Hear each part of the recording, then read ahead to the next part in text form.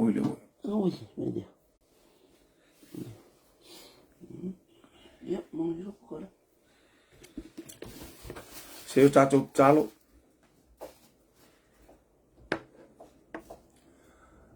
Lo mātou ta mai o ile langi ia lo suafa.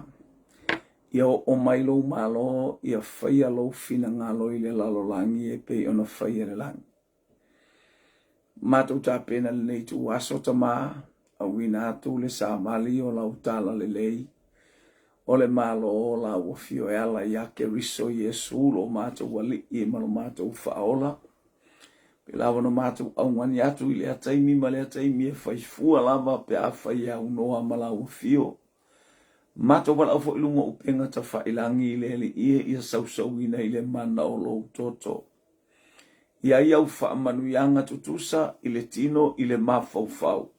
Ai sili o mātou nganga. Mātou wala au le awino le pokalame le li haleluia. Taulanga AFIAFI mo lau whanau e tāpena pena i le unga le li o le ne yaso malolo i totonu o New Zealand. Ia fia fo i se tafa ma se malosi ma whai ona awina atu i ai. Ia whaia le mea e fina ngalo i ai i lau a fio. Whau mai le ulu e o i le lofi o uwai. Alo whangia fo i le mai moa whaafonga o tangata. Ina i alu ma le afi alu ma le mana.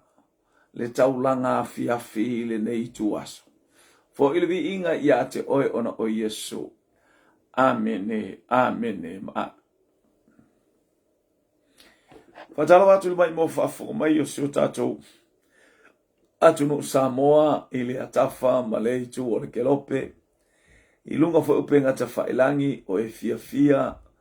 Ia whapena lava le winga o le savali le atua mo ilana whanauwi ia le li. Ia awina atu le tātou pokalame, aleluia. I lunga le au unanga al Global Kingdom TV. Hallelujah, fa malmalunga le uso au ona ia bika ele preta malfaltua ia Sara. Fa tai tele mo nei fo ia onanga ia sanga vi ia lutato to ma. Au ia fo ini usil nei mo na ia so toi o nei maftanga ia leli. Fa pela mo ta wa ia tutu lima tu tato sefe. Au fo ina mai ele tu tato fa so fatas. Ina ia sanga vi ia sua folo tato to ma. Ia fatalo fatu i penga te whailangi le mai mo mai le tafa i le i tuar ke lope. Fatalo falava i ate au tau. I le mai mo whafunga mai. Ia le li i au whaftaila i le usu au ono leo lo o kango haa ufu. Tau whai le apo. O gavo i whai ale pokalame ma oa o mai preta oa o mai e le usu au. E le atali i ia me o omi ma omi ia talos angane lei mai le li i ia. Filiki lo fau mai lo fau ina ia o taofi pe haleluia fa manu yanga ale atua awina mai haleluia le mafo fau ta manga le mai lo fau ia taofi na iga ia o wina atu talu no fatu le yaso haleluia fa tele aso malolo wa ana manu haleluia ia malolo ai fo ia o tau ia le uso au ona nga fatau lima mal pokalame ia leo au ina atu tono papakura hallelujah praise God mi ia le li tono papakura le tu isaute o hallelujah au kilani au ina atu ai tatu taulanga AFIAFI vi ia le li so se mea tatu te iai tatu te fai mea fia so se mea tatu te iai tatu te fai mea oli sanga vi ia le atu ai mea umalau ia ole tatu taulanga AFIAFI nei tu aso anga le mai le atua ia te oi ia a fai fo ele foi no fala o tua lo sua fa polo wingo ia fa malulu atu fo ele mai mo fa fonga mai vi ia leli ia ona o le o fa to a mata atu le ia ele tau finga haleluia ia fatino atu le nga le o fai ele nei aso vi ia le atua ia te talo mai mo le tatu Ualesi fasalau vi ia leli awina atu ali tatou pokalam iai whaamanu yanga ale atua i lo mai moa whaafonga mai i latou mai mawal nei taulanga AFIAFI ia whaamanu ia atu le atua whaamanu ia atu le atua ia te oe whai whaamanu yanga i lo wainga ia te oe lava ai maisea ualo fola atu ia ile manuia o le atua ia ile pa ia le atua ia mai tusia e seta haleluia mana ia foi whaalongolongo foi nei aso a wina atu sa bale nei lungo le pengat whailang ia uto au mai foi ia tama o te whasoa atu ai foi ia uia ni ia lele ia ina ia ulu matafo lauma ia iai whaamanu ianga le nganga pa ia e ulu fale ai o fina ngalo mo tatou loto e whaamanu ia hatu ai tatou ainga vi ia lele i praise God i o tatou taulanga fiafil nei mai le tusia e seta ilon ta upe e lima haron fai upu iva ma fai upu les frutolu te mai fai toa na fai upu ia haleluia e fai ma fe au tau moli o le tala le leia le atua praise God ile nei afiafi ma nei tatou poto mai a mo le afiafi ole mo se afiafi ma tango fia mo i tatou ia tatou te ma ai atua i fa yanga le atua ma le anga le lei fa soa o le atua i lunga o lana fa nau ia fa manu a tutanga le vao ia le atua pa le ingo le ola ia fa manu atu le atua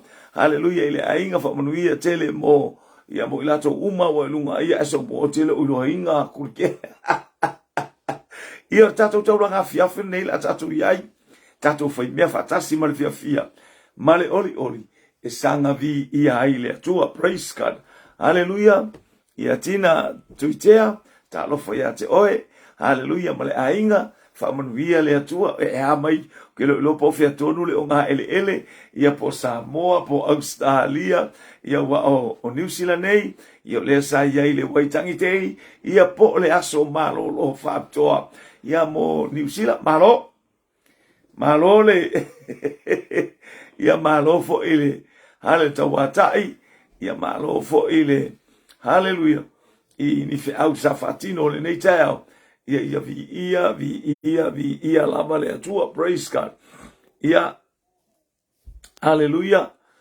praise God ia le wa o le fai pule iva o le mata upu lima tu sia e seta ma le fai pule sultol o na alwa tua i lea o ha amanu i le na aso ma le oli ma le loto fia a uava ayatu ia ha manu a uava ayatu a manu ia moret kai le fai to o le tupu Ualesi tulai Ualesi faalo alo fo oia ona tele ai leo le ita o amanu ya moretkai praise God ya sfulmale tolu ai petai elea o ngā lava ia te au o ia mea uma yaso uma o te wa ayatua ya moretkai o lo sa yuta o lo nofo ile feito to o le tupu sorry hallelujah praise God hallelujah ele ile atua o le fe au le tau moli o le toto a ele anga o le toto a ele lei te va fonga mai o le toto a ele anga ia o le toto e ele malaya o le toto a ele lei o le toto e o ile langi ma le ola e whaavau ia na iupuna leo te matua e te toi sisila mai ai te alofa team and Easter ia whaamunu atu le atua vi ia leli o le toto a ele anga o se oli lona i unga o le toto e le lei o le langi ma le ola e whaavau o le toto ai e le lei a o le toto e tumu i mea leanga i tumu i mea se o lona i unga o se oli ma le afi e whaavavau moli pui ali i a te oe moli atu i lo fale haleluia le pokalame a le taulanga afi ni ia le atua e ala i le fe au moli mai e le atua haleluia na mai e fo ilunga o penga te whailangi o launga e to tele o whaifi au ni ia le atua mo lato fletua fasoa ai le ola ile upua le atua ale ua mai moa o le nei afiafi haleluia o le tangat o le toto a ele anga o lona taunu unga o se oli ma le afi e whaavavau O le toto e lelei. E o i le manuia. O le langi ma le ola e whaababau. Ua saunia e le atua. Ia o a manu lea. E a nga i atua i le whiau o le tala masani. O le tala ua longo longo pui ali i e le anganga pa ia i lana whanau. Hallelujah. Ina ia whaatupu ai o tātou loto. Ia whaatupu ai o tātou langona o le fiafia ma le oli oli. Whaatupu ai, hallelujah, langona a ti mai, ma langona alu ese mai le mea se. Hallelujah. Ma ave ese ia te i tātou langona tātou te langona ai. Hallelujah. Ona whaaleanga i o tātou uso mo tātou tangata. Mi ia leli. Tina tuitea.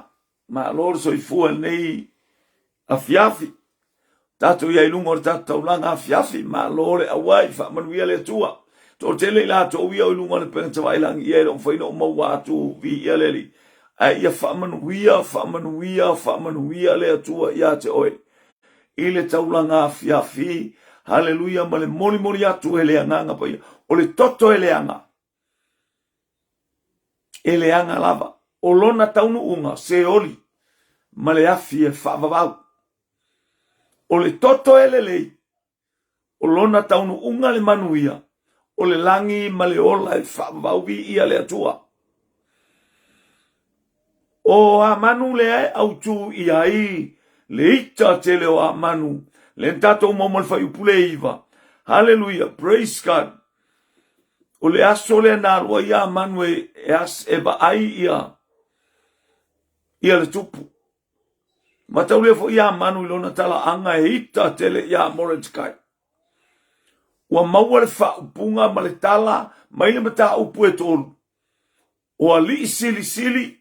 O a li uma o le nuu. Ua autasi. Hallelujah le whai unga le tupu. Hallelujah. O arataseta. Mi ia leli. Praise God. Ia e tasi lavar tangata e tu ina atu ele fasili le tupu. O le tangata leo a manu, talofa vai sau. Ia leli, talofa ia te oele. Le atarifa manu ia le atua. Famanu ia tu le atua ia sasfina ma le ainga. Ma lo le awai vi ia le atua. O a manu lea. E tupu mai a manu i le ainga o a kako. O a kako o le tangata sa amaleka. Whafonga mai al tupunga, ma le mea e anga i mai ai. O le ainga leo amaleka. O le atali i o e sawengo ia Elifasa. Hallelujah. Na whanau mai elta mai titi lea. Praise God. Hallelujah. I le palake politina lea i le finengo ia timena. Hallelujah. Ai se au na alisia vale a tamaloa o Elifasa. Le teine ingo ia ata. Na maua mai aila le aila na pala ke o timena aina to usui al tamalo Elifasa le maua ai amaleka e falongo mai le mau talo vai ema wa mai le vi ele le ya te fatua fa manu ya tu ya ele ainga ya ile anga le mai pa ya le atua o le toto ele lei e topu mai ile manuia ele lei lava o le toto ele lei ya mai tupu mai le whaamanu yanga o lona taunu unga o le langi ma le ola e whaamavau. Tupu mai ei manu. A o le toto e le anga o lona taunu unga o se oli. E lei e le anga lava. O le lepa afi ua tāpena e le atua. E le tāpena e le atua e alu iei stangata. Na tāpena mo satani mana au. E pe ona moli mau mael tu sia mataio. Hallelujah, lua suma lima fa suma fa yupu. Ele itape na se oli mo se atali ima se afine ole atua mo se na malingi el toto Yesu Keriso. Au ala ona faise oli mo oe faise oli mo au. Ona uale ai so fatu atua. Olo e nofo pea ile olanga fa le tonu. Olo e nofo pea ile olanga fo vale ele fina ngalo ia ile atua. Taulanga AFIAFI molo ainga. A o tato ia ile unga o le nei aso malolo. Fa solo ai mole nei vai aso e fai o se mea ai fa le nganga. Molo soifua malo uola. Haleluya. Moli atu molo ainga. Iso se tafa o le lalolangi o mawhai ona e. Haleluya. O whai ona e fa longo mai ai. Ma e maua mai ai nei fa soa vi ia le atua. O ina la e tupu mai ai te ngata lea. Haleluya. E ingoa ia amaleka. Le iei au sa akako. Le na iei fo ile tupu lea nga rejecte Samuelu pena fasioti e Samuelu. Ia le atua. Global Kingdom TV talofa.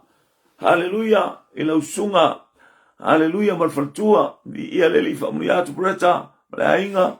Ia le ali. Ia. Praise God. Lea sa waite ngata lewa. O amanu. Itua atu o le tamale o e tomapo e sau lea na usu. Haleluya. Lea ita maititi leo elifasa. Nea maua ita maititi lea o Amaleka. O e sauna whanau maiaya. Mana whanau maia Isako. E ese le vao Isamaeli ma Isako. Lea ngai whanau maile au vaenga ia. E tofu ma le tina. E mauti noa fo ile tina o Isamaeli. O le tina no fo polonga. E iai fea ngai ngā le atua.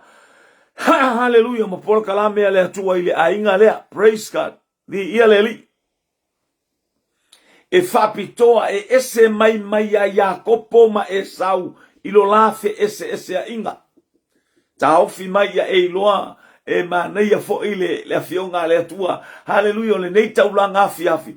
A vea pe tate va ai. Ina ia ta mala malama matati o tino. O fea ngai e lua lai tautala mai el tusi e kalatia.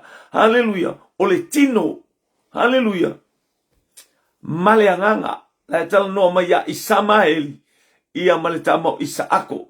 E ese le tinao Isamaeli. Ese le tinao Isaako.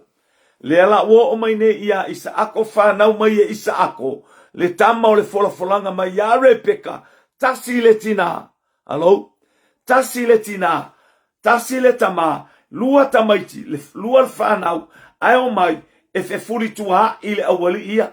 E fe ese i le awali ia. O le ata o le whaaulatanga. Le anga e mai a Isaako le vala awina. O i tātou. Alo? E mai a Isaako lo tātou vala awina. Tā lofa tofi. Ia manuia lo awailunga o tātou pōkalame. Ma lofo te lo te lesa o ngā ruenga. Tā la il nei aso. Ia sa fai au iei le aso malo loa.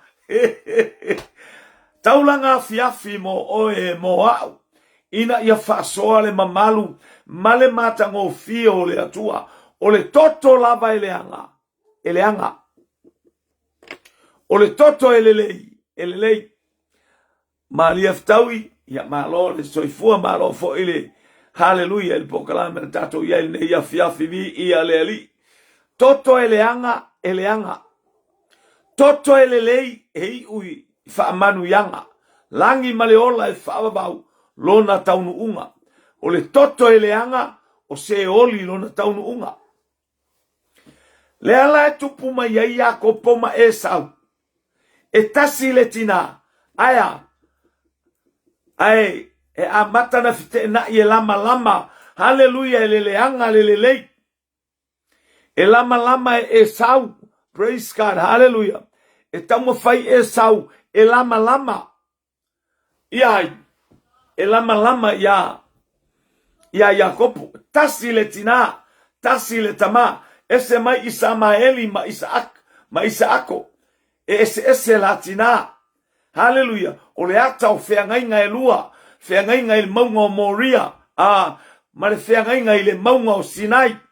Hallelujah. Ta pena e le atua le whaaulatanga. Hallelujah. Ina ia whaola ina ai Isamaeli. A o iwa o mai to tonu o le whaaulatanga.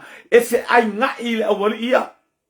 E se tuia i le awali ia. Fia ni tangata o no nofo mai. Fia ni tangata o tato iai le ngā luenga. Ale taulanga AFIAFI. Ma le nei aso malolo. Wa faifo le nei aso malolo. Ma mea te. Ke lo kui aises. E te le o. Ke lo fai ai fo inkala o ses kangaka. Vi ia le atua. Isa ako whanau ia kopo tasile tinao tamaitia. Aya, o kare fi ai ngai. Whanau mai to tonu o le whaolatanga. Na whaailoa mai e le atua. Hallelujah. I to tonu o la na whaolatanga. E iai le fi ai ngai. Hallelujah. Praise God. E iai le fi ai nai o le whanau o le atua. Ai leanga o le tofi ai o isa ako. O ia na vala awina. Fai mai le fafine. Fa mai le angelu ia apero amo. Awa e te ti ngā. Ona o le tama. A toa maraka mai kikilo o fea kwa luese. Hallelujah. Awa e vala awina lau whanau ia isa ako. O le tama fo ia le fine polonga. E fai o ia matupunga o senu teli. Hallelujah. La ye manuia ile awali ia. Ai o mai le tala le atua. Fai mai ele profeta o petaya. O te ino ia Jacob, ia Esau. Ai o te alofa ia Jacob. A fai la ino le atua ia Esau. Ai sea, na whana nau mai to tonu o le whaolatanga. Aia, e kauma fai Esau e tui. Tauma fai Esau e tuli, e fasioti. Jacopo a o Jacopo. O le tangata lea e. O le laina lea o le whaoratanga. Ia leo tātou toi o fo i mai le tala ia. Wa e tau malamala mai le mesa wa ia. Ia tangata leo a manu. E tupu mai ia Amaleka. E tupu mai ia Akako. Akako e sau mai le nu o Amaleka. O Amaleka e sau. Hallelujah. E sau Amaleka o le tama. Ale fafine o le tama ale palake a ata. O le to olua o e toma po e sau. Na whanau wai leo Elifasa. Elifasa na usu ya ata. Maua ai leo lana ya ata. Maua lana whanau. Ai ai langa palake. Na toe usu iai ya Elifasa. Maua ai le tanga lea. Maua e tamaititi leo Amaleka. O le tama le palake. Kama fai me leanga. Wa tili ai na fai me leanga. Awa o le toto le ainga lea. O le toto taulamalama. Ea, e ke le ola kaulamalama i lo uso. E te le ola taulamalama i se tangata. E te le ola faimeleanga i se tangata. E ola taulamalama.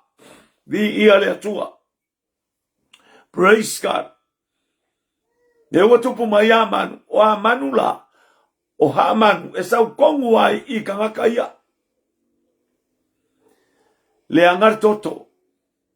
O le toto e leanga. Wai vai le mamau le mele wo i el kuspaia. Ai vai o le toto ale le kau ave a meleang. O ka le kele o ainga. O ta le tele o tangata o tato ainga. E kau mawhaia e lama lama. E kau mawhaia e lama lama. E kau mawhaia e fai semea. E ta uvalea pe fasiotia ai. Lo uso o yo taftafa vi ia le atua.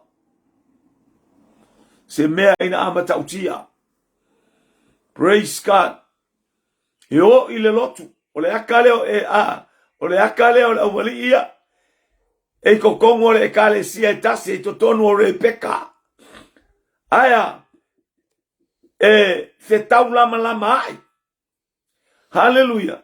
E lama lama e le tamalea. Hallelujah. Ele tamalea o Esau. Ia Jacopo ina ia fasioti.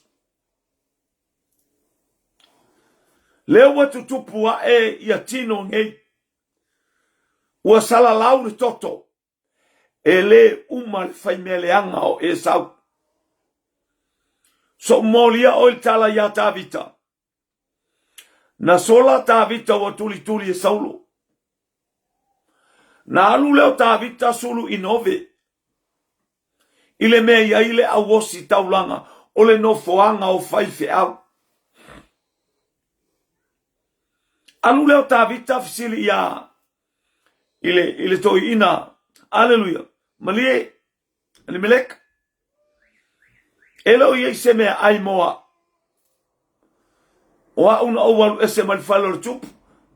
E ia ile au na le tupu. o ia le sa wesiaki ia ele nei. Hallelujah, male me ia faife au. O le tangata ingo ia toeka. A o toeka, o le tangata mai e toma. O e kau whaalongo le au ngā saulo. O e kau whaalongo mai le au ngā saulo. Ngā whasioti e tā vita a kako. A kako fo ile ngā whaola mai e saulo. Hallelujah. Toto e leanga e pā atu. Masala lau atu. Hallelujah. Ma atili. Wha ma ite e ile leanga. Lola mai fo i saulo. Na te wha pele pelea tangata leanga ia. O le tamaloa leo a kako. O yo. O toeka. O ia lea nawa ai ia tāvita. O alu atu i ima abe mea ai ia ie. E akitopo. Ma abe ai le pelu a koriata lena fasioti e tāvita. Fesili saulo. O teilo ai e tangata o kākou or kākou au kau le ae. Ngā ke kau mawhai e fasioki a. Ilo kou le ka ua mai ia ki au. O le meale e alwa e kāvika. O lo fili. Ma ai tangata whaonga ina e le atua. Ai whai ma fili o tangata. Hallelujah. O le toto e le anga. Hallelujah. Ai sea ua pipi ilo na loto i tangata le anga. Na sauma whaola mai akako. Lea na whasioti e Samuelu. A lea wa ai fola na au auna. Lea o le ing ola na au auna lea lue wa ai le mei ai whaifi au ia. O le tangata mai Amaleka. O le tangata mai e toma. O to eka lona ingoa. Oso mai to eka. Le toto leo a kako, le toto Amaleka. Le toto Amanu. Lawa whionga tupu. Sa owa ai o le mena iei whaifi au. O al watu iei tāvita. Na whaatanga e whaifi au. Sa ki uke le asorea. Ave mea ai. A reto. Mawaina. Aile ngata ile o le pelu a koriata. Lawa ave e tāvita. O le i unga o whaifi au umaia. Wa e vai mor tangata le popoi. Wa e vai le toto e le anga. Ele ai sona wha moi moi le ola. Ele ai se langona o le matau i le atua.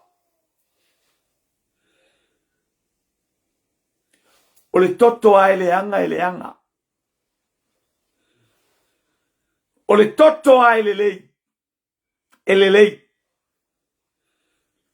O le toto a ele anga. O se oli ma le pafi. O le toto ele lei. E fai mo ia le langi ma le ola e whaabau. Lau taulanga AFIAFI lo ainga. Hallelujah. Wa tu lai ma le tamaloa lea. O saulo i le me iai whaifi au. Nana fisili atua au mai. Au mai ak topo i ima mai uma. Ia whaifi au la. Tou vai le melenga whai e. Kou vai. Ma i tala e whaifi au. Nga kou kilo kou maka le melenga sa wai kavika i. Ai au kou, sau se fasioki uma, le lau pae whaifi au mo lato ainga ma whanau. Ka alofa. Ele ai ma se tangata peni a mina po se au na saulo na ngā ioi ai sea e iai le matau i le atua. E uina le anga saulo, aia londa toto, ai maka kau au ono. Lama wale nga yo yai. Lama wale sa wai sefan sioki. Ai la ala a mayale e toma. E la ala a mayale a inga o sa akato. E la ala a mayale a maleka lea na tofi e saulo. E va ai whaifi au. Sau fasioti uma whaifi au.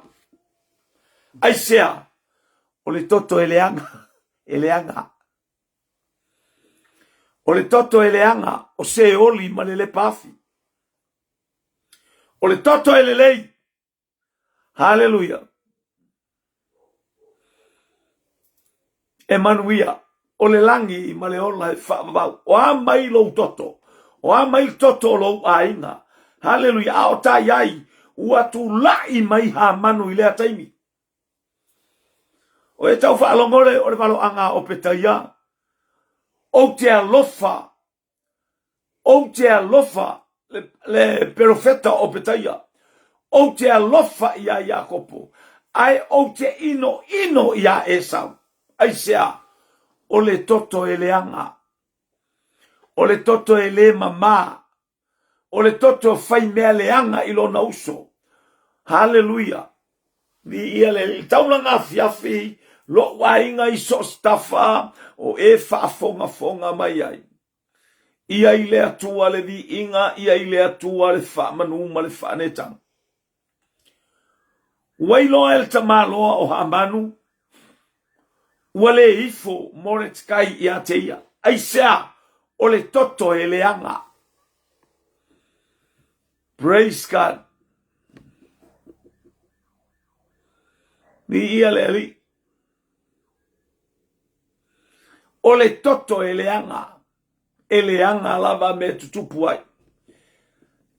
E le whaamamaina. Le toto maya e toma. Le toto maya e sau. Hallelujah. Le watafe maya i ona tupunga. O whanau alana whanau. O whanau alana whanau. Every generation. Only curses upon them. Ni ia le ali. Na ole fetuu. Na ole olanga whaalumaina lea e tatia mai ai. Ele ai se whaolaina. Le tau teo mai whenga inga tuai. Hallelujah. E tau mawhai lama le toto e sau. E fasioti le toto le whaamanu yanga. Te lopena e mau mai staimila u le pokalame salwa tuilunga e te malo o pala amo. Na whai iai le atua pala amo. Awa e te fetu ua le nu o le manuia. O le nu ua umana whaamanuia. O ala kako me ala kako whai. Pe awhai o le tangata laia i le manuia. How can you curse a person that clothes with blessing from heaven? E whapewhe am tātou whaumatia le tangata o iai le manuia o le atua. Hallelujah. Tātou tole o mai ewa ai le ata o le o mai o Israelu mai ai kopito. Ina ua taunu umai e toma o e saulea.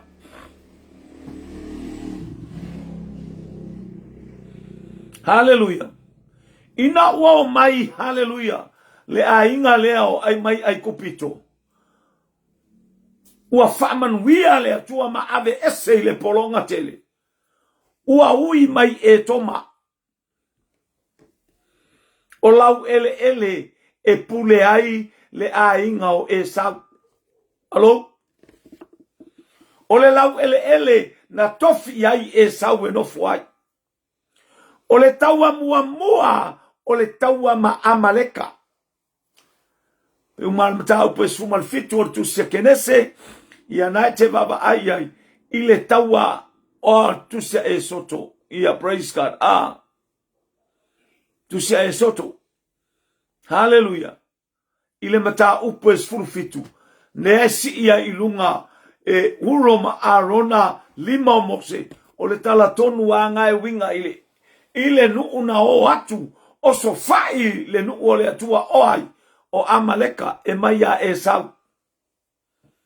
O le tofio e sau. O le grandchildren e sau. Il kamakiki le amaleka le tutupu mai o le toto e le anga. O le toto e le anga lava. Praise God. O le toto e le anga o se oli ma le pafi. O le toto elelei. Hallelujah. Elelei. O lona taununga. O le langi ma le ola e whaababau. Ia le atua nei AFIAFI. O le taulanga AFIAFI a le whanau o le atua. Praise God. Ni eleli. Elelei le atua. Fa mole mole a e toma. Fa mole mole a tupo le tau nuu. Fa mole mole whanaunga e sau. Tala ia Mose. Ave ia le tusi. Na mato ui e tuai taftafa i le awala le malo. Fa mole mole. Na mato woso tuai i taftafa o tau whanua ia. Fa kuloua kuai ake o kou fa mole mole. Matou te lelo kea se mea e kasi. Matou te le tangofi a e tau se mea le whanua. Matou te le tango i se mamo e taua ina matou whaonga ina atu le awala. E matou te hui atuai. Soli. Aya.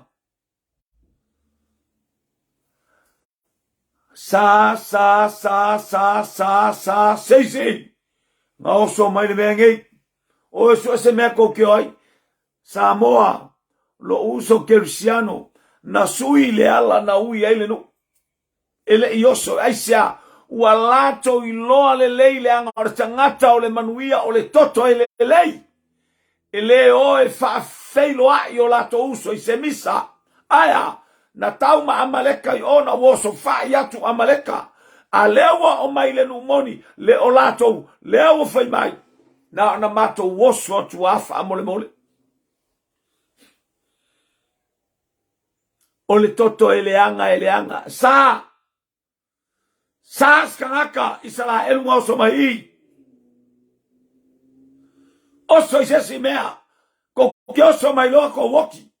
Ya vai atu le no ola tai mai ele atu afa mai oso mai loa. Afa inga rolepa. Aya. Esele mana ioa. Praise God. O le toto ele lei a. Ia ona ta amilo leo Israel le isi awala. Ui mai ai e tau mo fai mai. Fotua i mai ai. Ile a ai malenu ua to fia ai la to. Vi ia leli. Praise God. Hallelujah. Le tamaloa lea o Herota. Le tamaloa lea o Herota. Herota le sili. Olona tamaloa ingo ya Antipasa. O Antipasa. O le tangata mai Amaleka. O le ausa a kato. Pea e matua a e baba iai matutilo iai. O Herota le sili teimin whana wa Yesu. O le atali o le tamaloa ingo ya Antipasa. Antipasa o le toto mai Amaleka. Ia lewa e tirtilo ma e whafongai o le makua. Na ia matua sa ili ia Yesu e fasioti aisea. Wana iloa o tangata yutaya. Hallelujah. Wana iloa la na pule lewa ilunga yutaya o lona manatu. Hallelujah la ava ai ia yutaya whanau mai le tupu. O le tupu o tangata yutaya. Aele o Herota le sili se tupu o tangata yutaya. Waku makoita watu. Mato o mai esa ili le mea o whana wai le tupu o tangata yutaya. Oi aia. Tua tatangi talinga o le tupu. Le upu. Le mea o loo whanau ai le tupu o tangata yutaya. Le fili o le kangaka. Le fili o le ainga sa akato. Le fili o le ainga, hallelujah, praise God, o Amaleka. Lo wainga na sa ili e Herota o le tala masani, aisea, leanga o le toto e leanga. E leanga lava. O le toto e leanga lava. Mi ia le ali. Toe fo iatu ya manu tatou tala. Wasa ili e ha manu se awala. Wa umana whaaporo ka lame ha manu le awala. Hallelujah na amore te kai e le ifo ia te ia. A ua ia maua le awala o lona tu lai mai o ia. O le kovana sili sili. I to tonu, haleluia. Ole malo Persia. Ole afaya ilo naivi tangata o Utaia. Tuli o tupu ia o taimi o Persia. Haleluia. Mi ia le ali. Tula imai ia teine lea o. E setan whamarianga lea tu o maua lea manoa o hamanu. Na te matua soli pala ina isa o le toto e leanga. Tasi ale tamaroa. Tasi ale tamaroa na le ifo ia te ia. Ai alu ai le tala atoa. Malona mafau leanga. Ua maua le awala na te fasi o tia umai. Le fia o miliona o tangata pe fia afe o tangata yuta. O lo i lea I tu malo, ma lea I tu malo, ma lea I tu malo, ma lea I tu malo, ma tau lea. Pise laulu o fulu e I tu malo. E o e ngata mai mai ai tiope ngata mai intia. Le malo lea I taimi. Wa mai lo va ai lo au ainga. Ma le toto fai upo lo ainga. Hallelujah. Mi ia le atua. O le toto eleanga. Eleanga lava.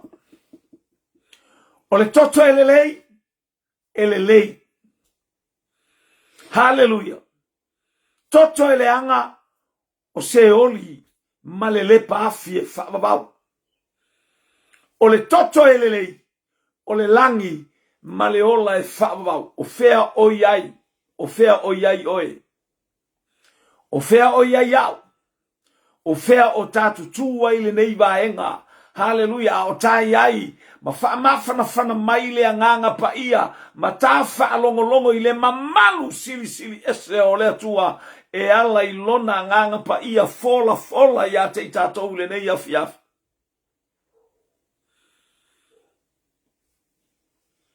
Pokala mea lea tua. O le whaataunu uina o mea uma o ile whea inga tuai. Whanau le tama na te tui momomo. E tala noa a toa I tangata I toa tasi e ingoa I a Yesu Keriso. O le whea inga tuai. Hallelujah malona tala noa mai. Hallelujah ma whaahata mai. Le mea o le awhaia I Yesu Keriso le alo e toa tasi o le atua. O le mana onga le o le atua. Sa ili le atua o ai se tasi. Na te toe au maia lana whanau. Hallelujah. Ele o se angelu. Ele o profeta. Ele o tangata va ai. Hallelujah. Ele o se tasi le langi na au mai ele atua. Na te talepe ina. Hallelujah. I lole la langi wa yele curses. Le upa le atua. Hallelujah. Wa malaya le fanua. Wa malaya le lau ele ona o oe. Aya. Wa mo mia toi fafo I mai e tena toi fafo I mai.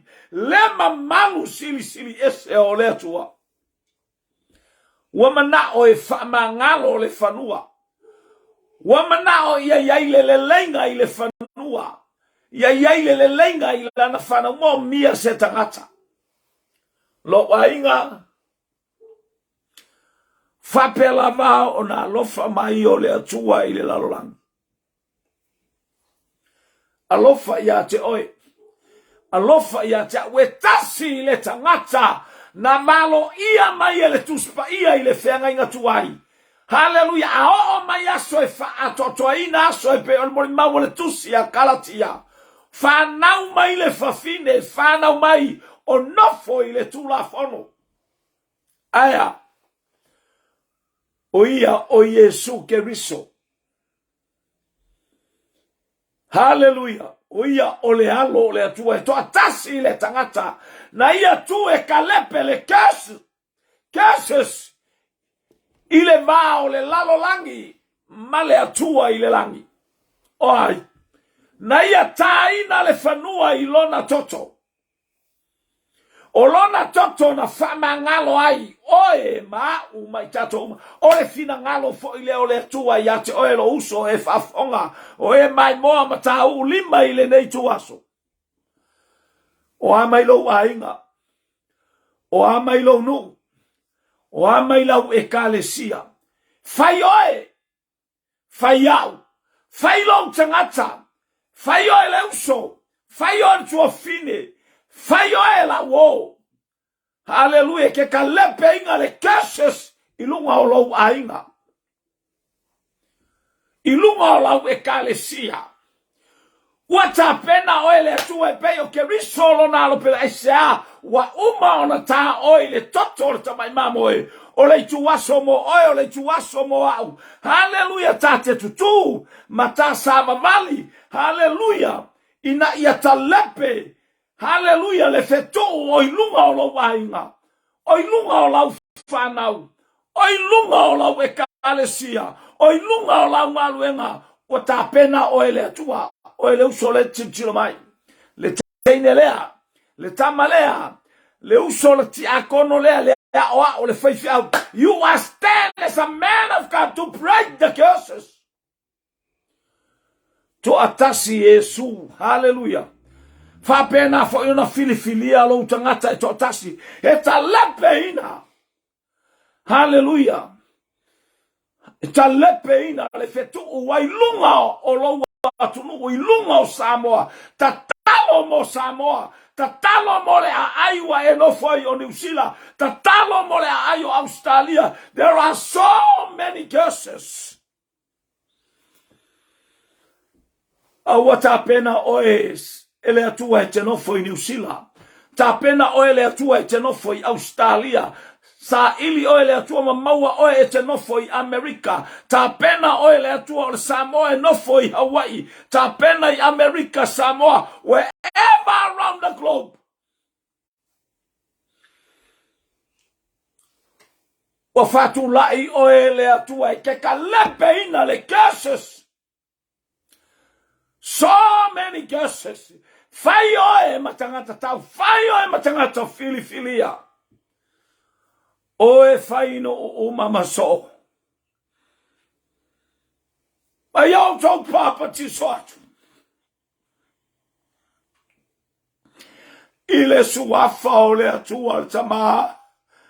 Le atua le alo. Le atua le anganga pai. O ta pena oe tate tutu. Tate talepe ina. Anganga fasa la mei totonu. Hallelujah, le meo tayai. Hallelujah. Ina ya manu malo, ina nganga o le whanawa le atua. Hallelujah. Le e sausa le iloa, le Samaeli sa le ai, wata pena o le atua, o le atali o le atua e ala ya Yesu Keriso. E te au maia le toto i Samaeli to. E te au maia le toto o e toma i toto. Le toto fala me lave i lo wainga. Le toto fala me lave i so se me te ia. You are prepared, hallelujah, by our Father in heaven through the name of Jesus Christ to stand and destroy the curses. Through the blood of Jesus Christ. Hallelujah. Ole toto eleanga lava. Ole toto elelei. E o lava ile manuia. Langi male ola e fava mau. Ole toto eleanga. Oita lo fose oli male oti. Hallelujah o lo fatani. Foi mal tusi o falinga o tusi wa tusi. Ona tapuni leo fama bianga le tua. Falinga e lua suma lua o lona foi upe sulmatasi. O elama o elelea. O elama wa elelea. Elelea peia. O elo e fai le ambienton.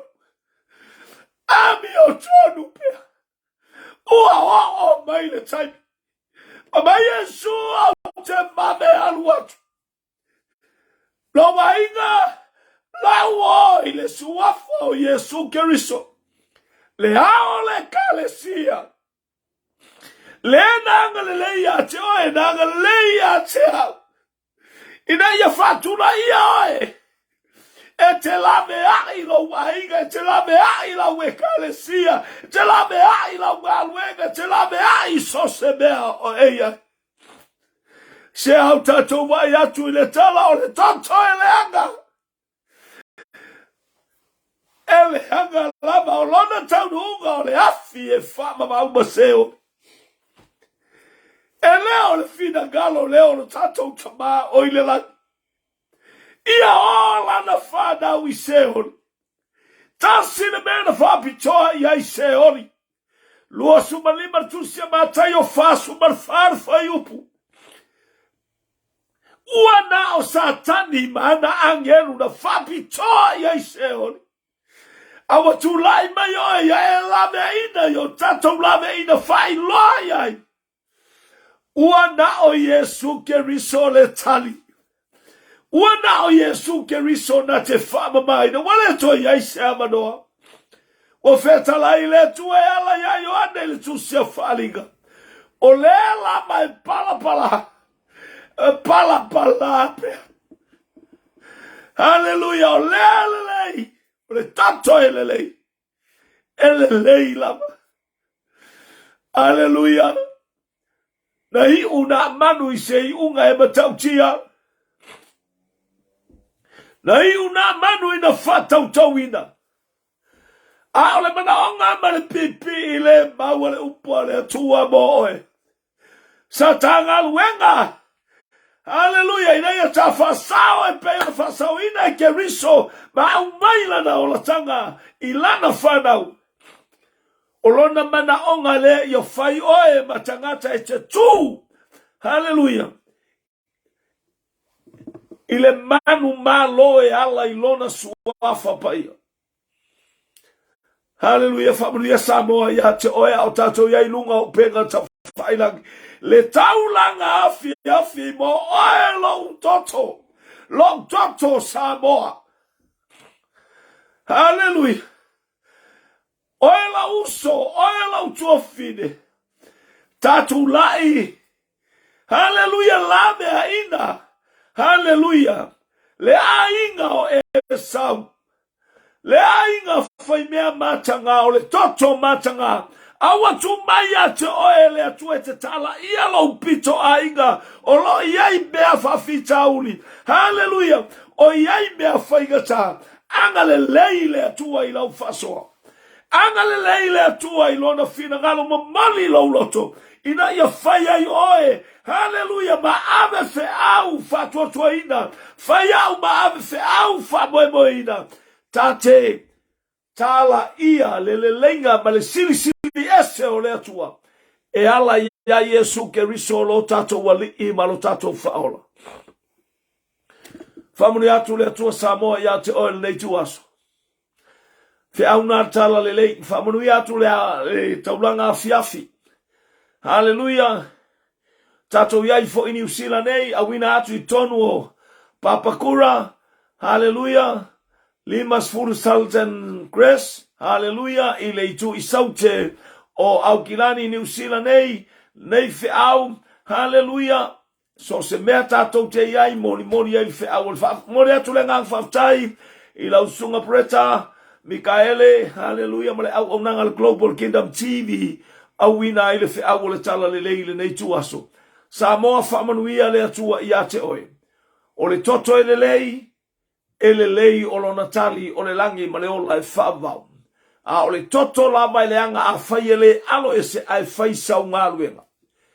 Le anga o le tatou mori ina o le upo le atua le tatou te iloa se mese. Hallelujah. Mo moli le fe aua le atua. E ala ia Yesu Keriso le pulumanga. Na ia whaia le lenga e ala ilo na toto pa ia elena o le ainga o Utah. Elena o le ainga o Israelu. Aena ia tongi olo ina le lalolangi atoa. Hallelujah. Ina ia foi mai Foi mai le tua. Na ia whaia I tātou I lona whātou salolo mai lau langi ala I lau wanganga pa ia. Ma namatu le fe au o lau tala lele. Whaia le mea te fina ngalo ai. Whātau waa ia te imatou au na lea o ngā. Hallelujah. Imatou I luma o lau fio. Ona o Yesu. Amene, ma amene, ma amene. Whamunuia le atua ia te o Samoa, I le mai mo whaafonga mai. To God be the glory, forever and ever. Amen, amen, amen.